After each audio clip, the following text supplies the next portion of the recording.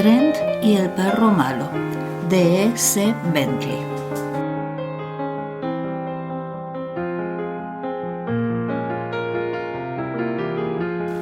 Nada más empezar a investigar el asesinato de Heath Corn, Trent se dio cuenta de que nadie iba a llorar la muerte de James Beverly Hoyt.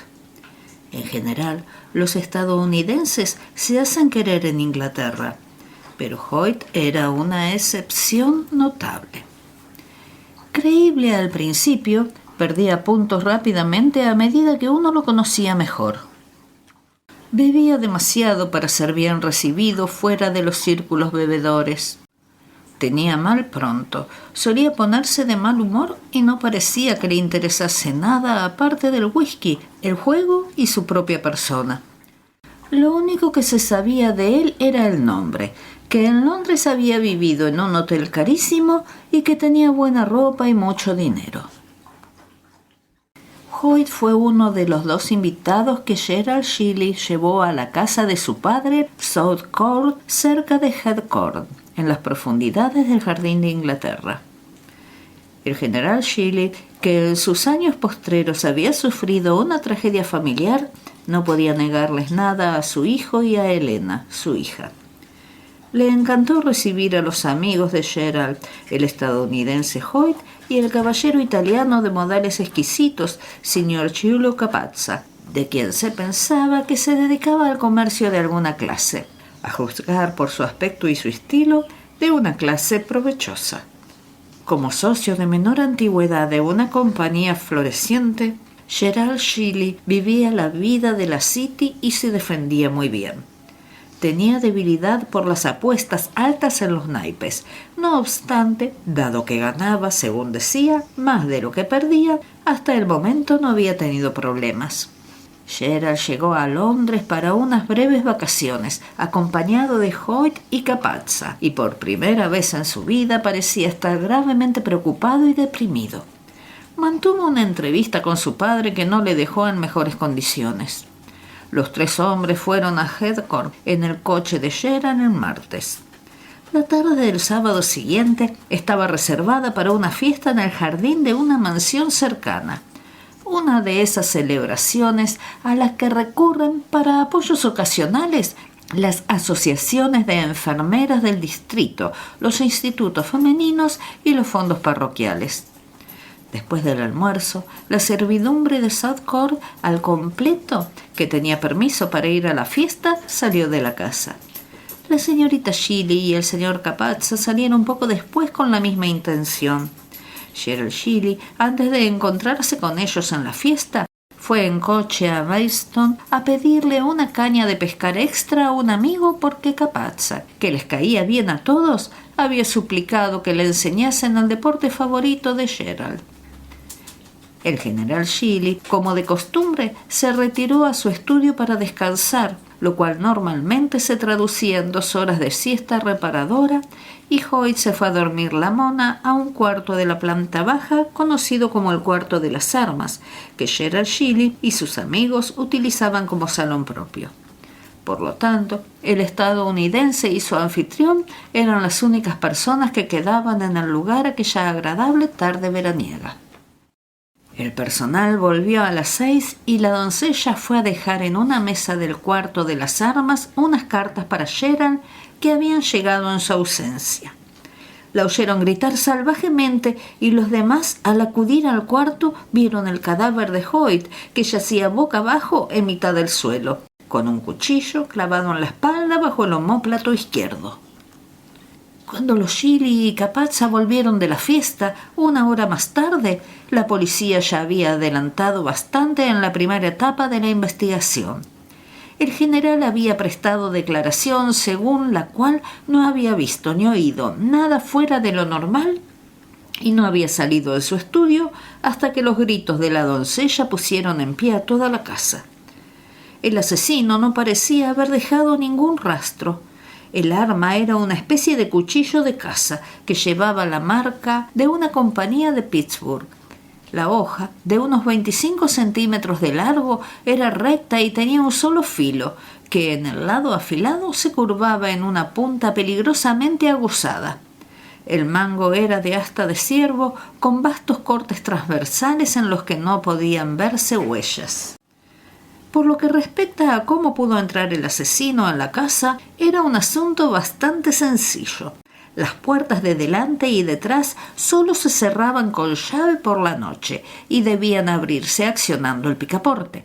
Cualquier merodeador que hubiera visto marcharse a la servidumbre y a los demás y hubiera supuesto que el lugar estaba desierto, pudo entrar sin dificultad. Pero no se llevaron nada y el reloj y la cartera repleta de Hoyt seguían en sus bolsillos. El misterio era completo y la sugerencia del italiano de que se trataba de un asesinato por odio o venganza, vendetazia lo llamó, parecía lo más razonable. Estos datos, que aparecieron en forma expurgada en la primera crónica de Trent para el Récord, los recopiló en parte gracias a la policía y en gran medida gracias a la señorita Shelley, que estaba más que dispuesta a dar información, como dijo ella misma, si podía ser de ayuda. Era una morena hermosa y dueña de sí misma, que según sus propias palabras acababa de probar suerte con el grado de música en Oxford. Y ahora se hallaba en casa esperando a saber qué destino le deparaban los examinadores. Habló con Trent mientras paseaban por el césped angosto de la parte trasera de la casa, separado de ésta por un camino de grava y un macizo de flores que corría junto a la pared. Un caniche negro que acababa de pasar por la peluquería escoltaba a la señorita Shelley. «De nada sirve fingir», dijo, «que nos gustaba Hoyt. Yo no lo soportaba.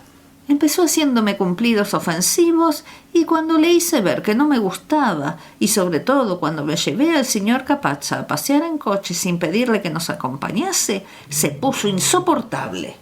Bebía más whisky en un día que padre en un mes. Era insolente con los criados y una vez que quiso salir a solas con el coche de Gerald y nuestro chofer le dijo sin ambajes que no estaba en condiciones de conducir, Hoyt le gritó las cosas más asquerosas que he escuchado en mi vida. Además, sabía que maltrataba a mi perro, Arlequín, pegándole o dándole patadas a escondidas, porque después del primer día que Hoyt pasó aquí, Arlequín le tenía un miedo mortal. Ya sabe, se quedaba mudo y se ponía a temblar cuando andaba cerca, aunque Arlequín es un perro alegre y amistoso por naturaleza. Otra cosa, a menudo Hoyt era grosero con mi hermano. Cuando le hablé a Gerald sobre él, me confesó que había perdido con Hoyt mucho más de lo que podía pagar, jugando al póker con él y el señor Capazza. Gerald me contó que Capazza también había perdido mucho con Hoyt, pero había pagado, ya que por lo visto tiene dinero. Gerald admitió también que le había pedido ayuda a padre y aquello debió de ser una conmoción espantosa para padre, porque con los gastos corrientes de este sitio apenas llega a fin de mes. Verá, prosiguió la señorita Shelley con la inocencia propia de su generación. Mi pobre madre perdió el juicio hace 2 años y mantenerla en una residencia de Smith cuesta más de lo que se imagina. Padre no ha vuelto a ser el mismo desde aquella desgracia porque la adoraba. Y ahora este problema de Gerald, seguido de un asesinato en casa. El pobre está destrozado. Trent esperaba que no se le hubiera notado su incomodidad ante este paseo sincero por los secretos de la familia. Había sugerido a Helena Shelley que le contase todos los detalles que se le ocurriesen sobre el crimen y ella le había tomado la palabra. Dijo algunas palabras sobre lo que él sentía y a continuación añadió: «Tengo entendido que usted y el señor Capazza fueron los últimos en ver a Hoyt con vida». Iba a decírselo. 1 hora después del almuerzo, más o menos, Capazza y yo salimos al jardín, porque iba a llevarlo a la fiesta del Prado de Sir Gilbert Treleague, que está al lado de las tierras de padre, a solo 2 minutos a pie de aquí. A Capazza le interesaba porque inscribía a Arlequín en la carrera del bollo de la fiesta, y aquello era una novedad para él. «Para mí también», dijo Trent. «Es una prueba divertidísima. Los dueños corren llevando a los perros de la correa y cuando llegan a un punto situado a 100 metros, cada dueño y cada perro tienen que comerse un bollo y cuando se acaban los 2 bollos, y no antes, deben volver corriendo a la salida. La primera pareja en llegar gana el premio. Como Arlequín es el perro más codicioso que conozco y yo tengo saque cuando quiero, esperaba ganar. Y ganamos. por menos de una cabeza, en medio de un entusiasmo terrible. Fue un gran día para Arlequín, porque también ganó el premio al perro con los ojos que dan más pena en la exhibición canina de humor. Si se fija bien, lo verá. A ver, se interrumpió la señorita Chili colocándose unas gafas de gruesos cristales encima de su bella nariz. ¿Dónde se ha metido la criatura? Tren señaló. Ahí está, justo delante de usted, en mitad de ese macizo de flores, mirándola, con ojos muy tristes, efectivamente. Ven aquí, le ordenó su dueña. ¿Cómo te atreves a meterte en ese macizo? Bueno, como decía, perro malo. Salimos por el salón y vinimos andando por aquí para llegar al otro lado del jardín, donde hay una puerta que da a la finca de Tregel. Dio unos pasos y se detuvo delante de una pequeña rosaleda redonda en mitad del césped. Esa ventana que está delante de nosotros ahora es la ventana del cuarto en que Hoyt se encontraba entonces. Estaba abierta, y cuando nos acercamos, Capazza preguntó si podía cortar una flor para ponérsela en el ojal. Le dije que sí, claro, y en ese momento Hoyt se asomó a la ventana, soltó una carcajada burlona y dijo: «Eso es, señorita Chili, la blanca flor de una vida sin tacha para él. Sin duda se la ha ganado», o algo por el estilo, y mirando a Capazza añadió: «Voy a cumplir lo prometido».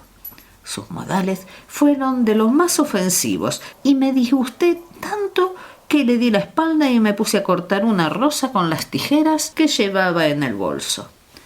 Después de ponérsela a Capazza en el ojal, proseguimos. ¿Y no volvieron a ver a Hoyt? Bueno, prácticamente no. Cuando llegamos a la puerta, ahí la ve en el seto de acebo, nos llamó a voces y al volver la mirada saludó con el brazo. Arlequín empezó a ladrar y a tirar de la correa tratando de volver, y pensé que a lo mejor mi padre se despertaba con el ruido.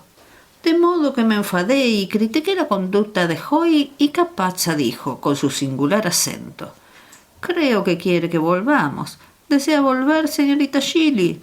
Dije que ni en sueños, y proseguimos hacia la fiesta. Esa fue, por tanto, la última vez que vimos a Hoyt antes del asesinato.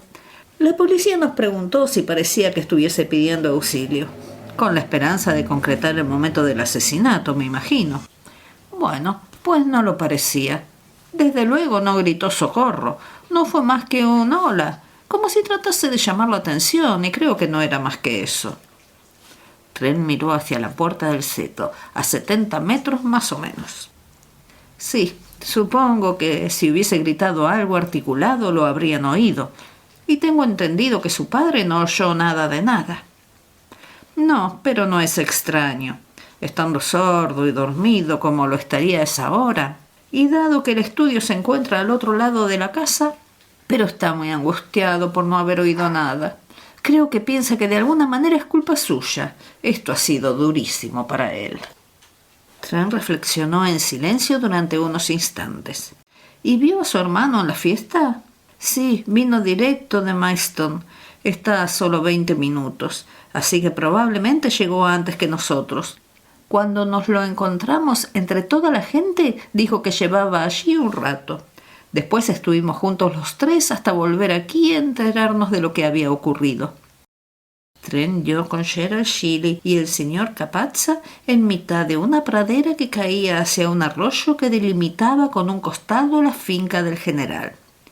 Llevaba cañas en la mano y era evidente que el italiano estaba recibiendo una clase de secano de introducción al arte de echar el anzuelo. «Eso es, lo tiene bajo control», le oyó Tren decir a Chili. «Nunca he visto a un principiante que haya aprendido tan rápido». «Ah, sono molto pescatore», rió el otro. «Cuidado, peces, que empiezo». Chili, un joven rubio y menudo con aire de consternación y cansancio, contrastaba vivamente con su amigo, un hombre alto, moreno y de complexión fuerte de unos 30 años, con la salud y el vigor estampados en cada atlética línea de su cuerpo. Chili estaba completamente de acuerdo con su hermana, según dijo, en que debían decirle a Tren cuanto pudieran, porque él y su periódico tenían reputación de no publicar nada que a las familias no les gustase. Entendía que la joven ya le habría contado lo que ella y el señor Capazza sabían, que era más de lo que sabían los demás, ya que solo ellos habían visto a Hoyt entre el almuerzo y el hallazgo de su cadáver. Shirley se detuvo en ese punto y ofreció una explicación detallada de sus movimientos la tarde del crimen, mencionando a varias personas que lo vieron en Maidstone y pidiendo al italiano que confirmase su afirmación de que ellos dos y la señorita Shirley no se habían perdido de vista durante el rato que pasaron en la fiesta. Trent, a quien se le ocurría un periodo durante el cual, según el relato de la chica, ésta no estuvo con los otros dos, se volvió hacia el señor Capazza. «Es cierto», dijo Capazza. Tenía una voz profunda y suave. «Juntos todo el rato, y así se lo he dicho a la policía. Pero mi amigo ha paura de que suspecten de él», añadió con una sonrisa deslumbrante. «Es un disparate. ¿Cómo va a matar a un hombre en su propia casa, rodeado de su familia y sin motivo? ¿No cree?» Trent concedió que no parecía probable. «Sí, sospechan de todo el mundo, claro», dijo Shirley lúgubre. «Sospechan de mi padre, por ejemplo, solo porque resulta que estaba en la casa cuando entró el asesino. Menuda idea. Porque el jefe se pegaría un tiro antes que tocarle el pelo a un huésped, y de apuñalarlo por la espalda ni hablemos». «Bueno, tiene su método, ya sabe», dijo Trent. «¿Puede decirme, señor, a qué hora más o menos vieron usted y la señorita Shirley a Hoyt en la ventana? Habló de cumplir no sé qué promesa, ¿verdad? ¿A qué podía referirse?» Una sombra de vergüenza veló el expresivo rostro de Capazza. «No me piace parlare dello, señor Trent, pero hay que explicarlo todo. Claro, yo lo sé. Ya le he contado al inspector lo que pregunta. Verá, hoy se burlaba de mí a menudo porque solo bebo agua. El día que lo uccidaron bebió molto whisky y después de comer volvió a meterse con me. Porque no me emborracho tanto y me divierto. Le digo, nuestros amigos no disfrutan cuando está usted borracho, ¿sabe? Los invitados deben ser considerados.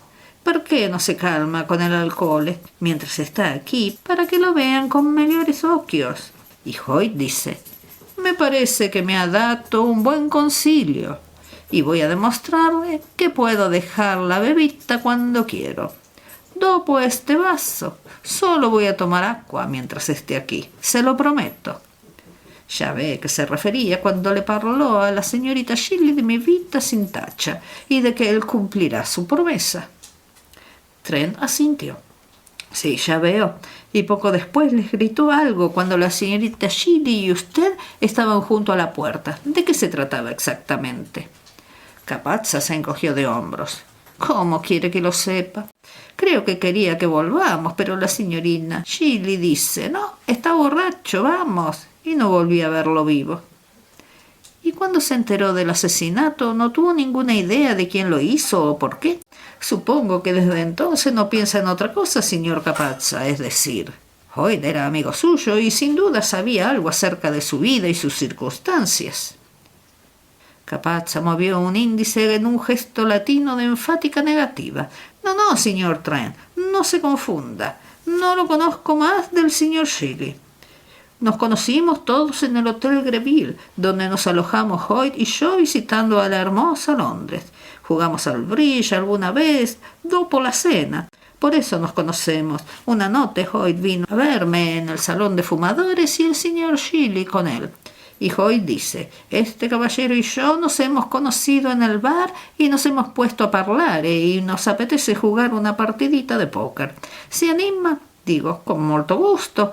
Y jugamos en el salón de Hoyt, y todos somos buenos jugadores y lo pasamos bien. Después nos vemos unas cuantas veces más y nos llevamos tan bien que el señor Shirley nos invita a los dos a esta casa encantadora». El señor Capazza suspiró hondamente y puso los ojos en blanco. Al día siguiente, en la investigación preliminar, antes del aplazamiento de rigor a petición del inspector jefe Sewell, responsable de la investigación, se presentaron las pruebas médicas. Describiendo la herida, el testigo dijo que el cuchillo había penetrado en el pulmón izquierdo y en el ventrículo izquierdo del corazón. La herida tuvo que ser mortal al instante y probablemente la víctima murió sin proferir un solo grito. No era posible que ella misma se infligiese el golpe. No habría sido necesaria mucha fuerza, ya que la punta del arma era tan afilada como puede ser la punta de un cuchillo. Trent se perdió de vista después de escuchar dicho testimonio. Volvió en coche a Londres y pasó una hora en el despacho de un amigo suyo en las cercanías de la Plaza Leicester. Después escribió una carta meditadísima al inspector Sewell, quien le recibió la mañana siguiente. «Tengo», escribió Trent, «unas cuantas sugerencias que hacerle que tal vez crea que merecen la pena desarrollar. Algunas de ellas, quizá todas, se le habrán ocurrido ya, pero por mor de la claridad voy a escribir todo lo que pienso y algo que sé». Gerald Shelley cree que está bajo sospecha de haber cometido el crimen. Y es cierto, sin duda.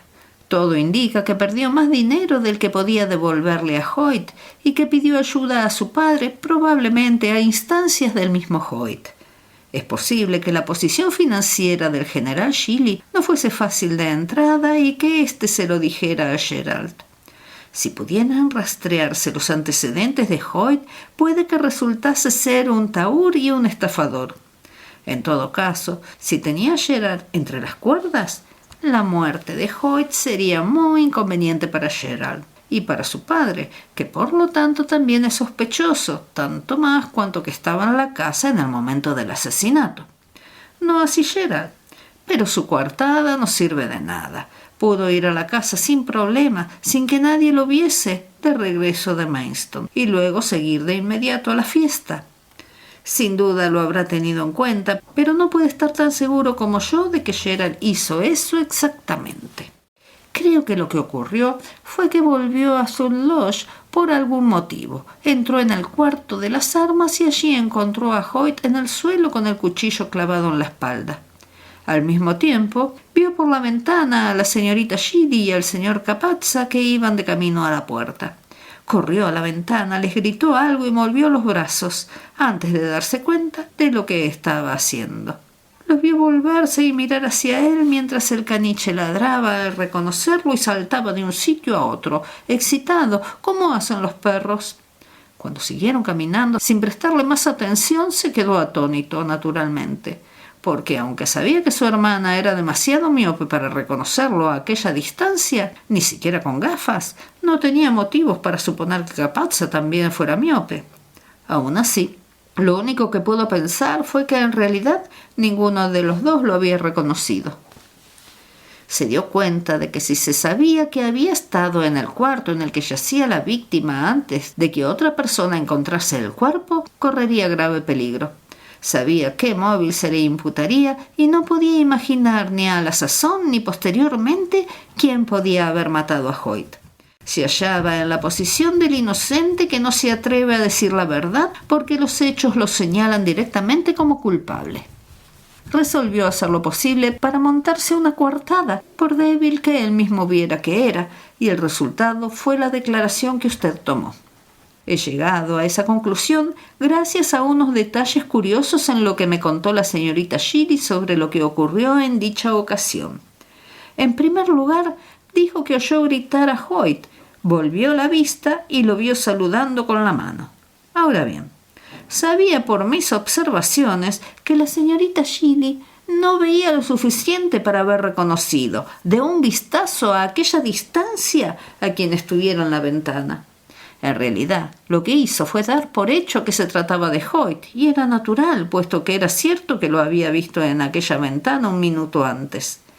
También dijo que le molestó el perro, que trataba de volver a la carrera y hacía tanto ruido que iba a despertar a su padre de la siesta. Eso me sorprendió, porque ya me había dicho que el perro tenía miedo de Hoyt y solo podía temblar y gemir cuando éste andaba cerca. Pero si hubiera tenido la menor duda de que quien estaba en la ventana era Hoyt, habría disipado el señor Capazza al reconocerlo como Hoyt y al preguntarle si iba a volver y aceptar la invitación de un borracho. Fue rápido e inteligente por parte de Capazza, porque si en realidad quien estaba en la ventana era Gerald, como pienso, Capazza debió de reconocerlo al instante. Tiene muy buena vista. Ahora lo sé, y antes me dio esa impresión cuando oí lo rápido que dominó el arte de echar el anzuelo, que es una difícil combinación de esfuerzos de la muñeca y el ojo. Me sorprendió otra cosa en la historia de la señorita Shelley sobre lo que ocurrió cuando Hoyt habló sobre la ventana a Capazza y a ella misma. Dijo que se portó de forma ofensiva y burlona, y creo que su testimonio es totalmente sincero. Pero cuando me refirió los mismos hechos, Capazza los presentó de forma muy diferente. Pintó a Hoyt con un ánimo más humilde, después de jurar que iba a dejar de beber a instancias de Capazza y repitiendo sencillamente la promesa que acababa de hacerle. Habría sido una explicación muy verosímil de las palabras de Hoyt si no fuera por la descripción de la señorita Shelley de cómo las había dicho, y estaba segurísima de ello, porque se ofendió tanto que le volvió la espalda y se concentró en cortar una rosa.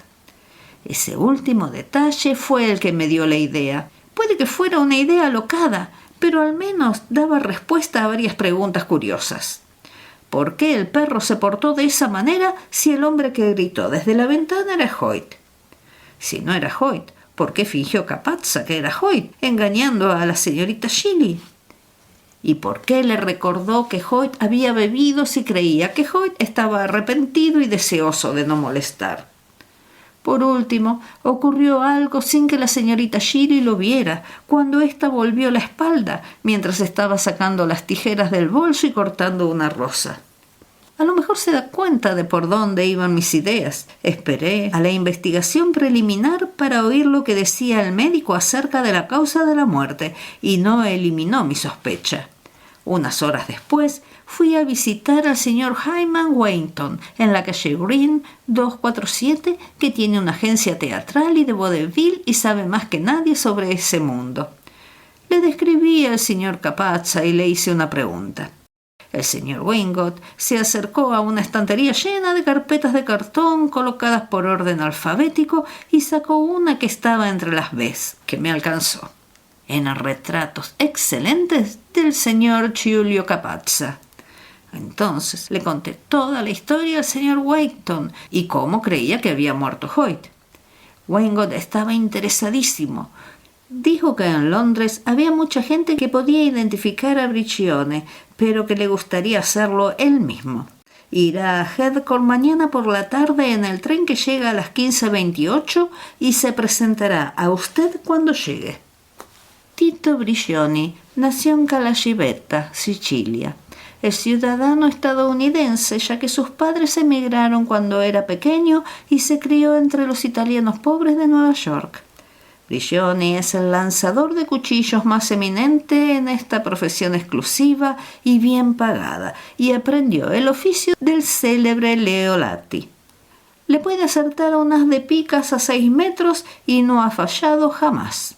Ha estado de gira por toda Europa y toda América durante años. Y en Inglaterra sus honorarios mínimos han sido de 50 libras por 10 minutos de actuación. Dicen que ha hecho mucho dinero, aunque su carrera se vio interrumpida por 2 temporadas en la cárcel en el estado de Nueva York. En ambos casos fue condenado por lesiones con agravantes después de sendas riñas. Como consecuencia de su carácter feroz y su disposición a usar el cuchillo que siempre lleva encima, debajo del brazo izquierdo, tiene reputación de hombre peligroso y se le atribuyen varios asesinatos y apuñalamientos de los que nunca fue acusado. Es un abstemio inflexible porque los lanzadores de cuchillos tienen que serlo, pero es un jugador empedernido y tiene mucho trato con tahúres profesionales. Ahí tiene una breve historia del señor Capazza.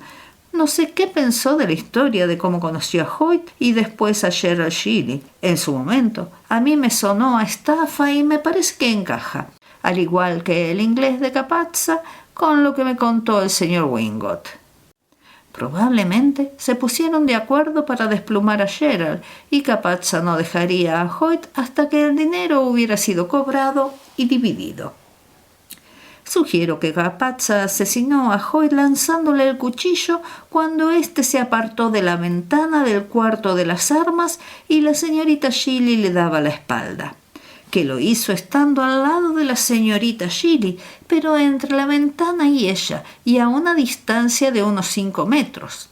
Gerald Shirley entró en la habitación mientras iba paseando hacia la puerta del seto, y cuando llegaron lo llamó a voces. Brigione, Capazza, es capaz de pensar y actuar muy rápido. Se dio cuenta al momento de que la señorita Shirley había tomado al hombre de la ventana por Hoyt y de que, si ambos declaraban eso, sería muy difícil demostrar su coartada, así que no la sacó de su error. No puedo hacer más que conjeturas sobre el por qué mató a Hoyt. Mi tesis es que celoso porque la señorita Shirley prefería la compañía de Capazza a la suya, amenazó con contar a la familia Shirley la historia de la vida sin tacha de Capazza, a menos que renunciase a conquistar a la señorita Shirley, que cuando Hoyt oyó que le pedía una rosa, decidió cumplir su promesa, y lo dijo, que eso fue demasiado para el carácter endiablado de Brigione y que cuando Hoyt dio la espalda a la ventana, aprovechó la oportunidad con arrojo de jugador. La tarde del día en que el inspector Sugar recibió esa carta, Trent estaba en casa, en su estudio. Allí tenía mucho que hacer, y en la escena del crimen no quedaba nada que descubrir, según creía.